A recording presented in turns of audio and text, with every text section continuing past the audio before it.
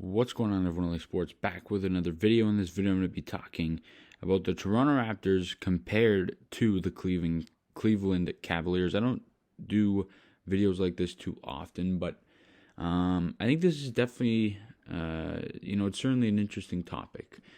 Cleveland just got a lot better after acquiring Donovan Mitchell, of course, in that trade. They didn't really have to trade much in terms of current value. Of course, they traded some future assets, including some first-round picks. But you take a look at what they gave up, on their current roster and their win-now team. Lauri Markkanen, Colin Sexton. That's really it. And they're replacing him with Donovan Mitchell, who is one of the better point guards in all of the NBA. So it's certainly a team that's one to watch out for. But are they better than the Toronto Raptors? And in this video, I'm going to be explaining why I think that they aren't. I think the Toronto Raptors have an edge over the Cleveland Cavaliers still. As we get closer to the season, I'm going to have my video out on, my Eastern Conference standing predictions, and I'm going to predict, all the teams in the Eastern Conference, and, a little sneak peek. I'm going to have the Raptors ahead of the Cavs. I think the Raptors are a top 4 or 5 team in the East, and I think Cleveland, in spite of this move, are about a 7 to 9 team. I still think they're a play-in team, although I think it's really tight. I think between 1 and 9, it's just really close. It's going to be a really, awesome fight and dog battle to watch. Down the stretch and throughout the year in the regular season. It's going to be some awesome basketball. But you look at what the Raptors have. They have more experience than Cleveland. I do think Barnes is better than Mobley. That Rookie of the Year against the, runner-up for Rookie of the Year, that's a big debate. I do think Barnes is better, and I think the Raptors have more of a complete team. They have a bunch of 6'8", long guys. I think Cleveland's definitely, they're definitely good. They have a, solid core 4 of Donovan Mitchell, Darius Garland, Evan Mobley, and Jarrett Allen. But, you go beyond that, Cleveland doesn't have too much. They have a couple of nice pieces. Kevin Love, he's certainly a good player. But, beyond him and, Karis LeVert, they don't have much. They have a good, solid top 6.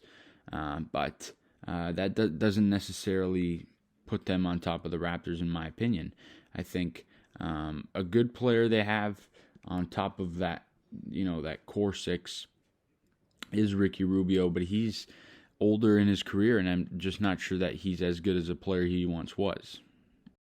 They do have Cedi Osman, of course, and Isaac Okoro, but I think those are just, bottom-tier guys. I don't think they have a very solid bench. And the Raptors, they lacked depth last season, and I think that it's something they really improved on this offseason. I think they've really added some good depth. You take a look at the Raptors, they could roll with 10 guys a night and 10 solid guys a night, even more if they need to. Cleveland, they have about 8 solid players, and then you get to the bench and you have Cedi Osman, who, he's nothing. But you take a look at the Raptors and roster beyond their starting 5, which I think all know is going to be, of course, Fred VanVleet, Gary Trent Jr., OG Anunoby, Pascal Siakam, Scotty Barnes. I think we know that's the starting 5. And you go beyond that, you got a guy in Precious Achiuwa who's very solid. Thaddeus Young's a great player. Kem Birch, he's finding himself. Chris Boucher, Malachi Flynn, Otto Porter Jr., Hernan Gomez, Josh Jackson. The Raptors have a few solid players, and you take a look at the Raptors and their coaching staff. They're a well-coached team. They have that little experience edge over Cleveland.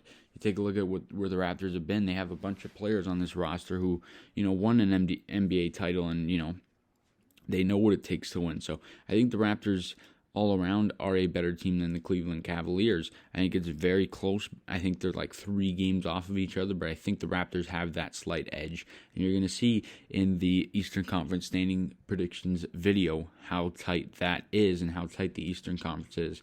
Because I think 1 through 9 is about a 5-6 game difference all throughout. It's really close. It's going to be an awesome NBA season. There's so many good teams in the East.